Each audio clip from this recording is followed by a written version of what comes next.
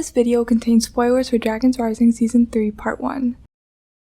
Ninjago has tried to redeem a lot of villains over the years, to mixed responses.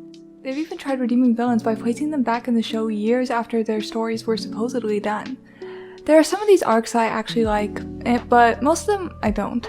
But there was one redeemed villain that I actually thought had a great arc, and that was Morro. Morro as a character had a great ending in my opinion. It made a lot of sense after his realization in Possession that he would help the ninja on the Day of the Departed instead of look for revenge. Morro's story was just so good, and he was one of the best villains that Ninjago ever had. And for that reason I was slightly concerned about him returning after not being involved in Ninjago for so long. But I was very happy with what they did with him. And I really do think Morro's appearance in Season 3 of Dragons Rising has solidified his story as one of the best Ninjago has ever told.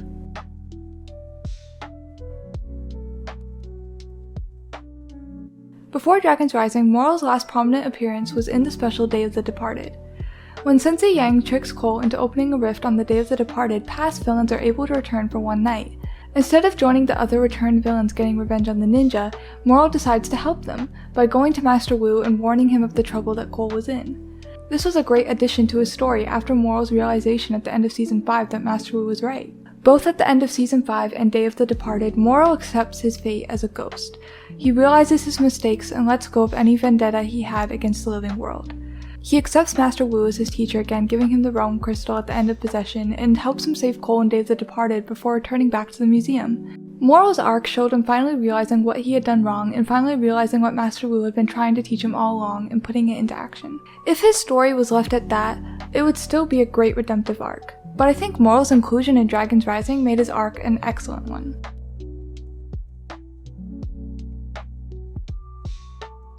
In Dragons Rising Season 3 Part 1, Morro helps Eren find the elixir from the Well of the Lost in the Spectral Lands. He gives important information about what happened to the Departed Realm and the Cursed Realm after the merge, which was information that the fandom had been eager to know since Season 1. He explains that the two realms combine making the Spectral Lands and that souls will pass through to reach the Well of the Lost elixir that helps them move on. But they get pursued by soul suckers along the way. Morro explains how he has taken on the role of protecting souls on their journey to the well, feeling it is his duty to protect those who cannot protect themselves, as that was what Master Wu taught him. It's a beautiful full circle moment showing that even after Morro's story was seemingly over in Day of the Departed, he was still taking Master Wu's words to heart. We didn't get to see a lot of him in Day of the Departed, so getting to see a full episode with him helping Eren was really great, as we got to see what he truly has learned and see that he really is regretting his mistakes and is trying his best to make up for them. He knew that the Departed Realm and Cursed Realm were already a mess, and after the merge combined them and made them even more harrowing, instead of moving on like other souls, Morro felt the need to protect them. Even though Morro could probably get to the elixir himself, he chose to put the needs of others before his own. This shows great character development, as he once wanted so badly to be the Green Ninja that he would stop at nothing to get what he wanted. Now he is completely disregarding what his soul is pulled to do, as he knows there are souls who need to be protected. He talks about how much he regretted betraying Master Wu, and how he is trying to do his best to do what he taught him, and that was a really great character moment. Morro realized in Season 5 when Master Wu extended his hand that all along he had been right. We saw the realization, and now we're getting to see how Morro takes that realization and puts it into practice. Day of the Departed gave him the chance to really show he had learned the error of his ways. And Dragons Rising gave him the chance to show that he had become the ninja Master Wu always knew he could be.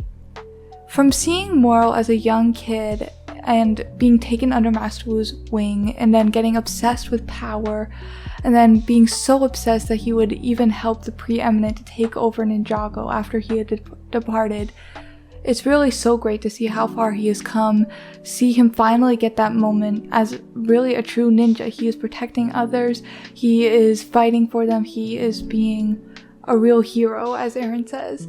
Even though ghosts don't age, it feels like he's grown up.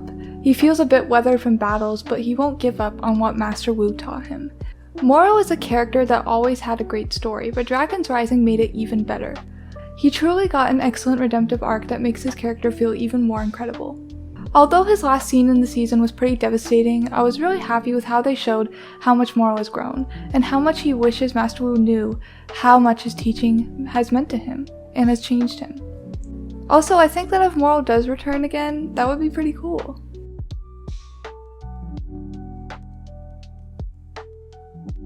Overall, this is the best villain redemption arc in Ninjago, to me at least.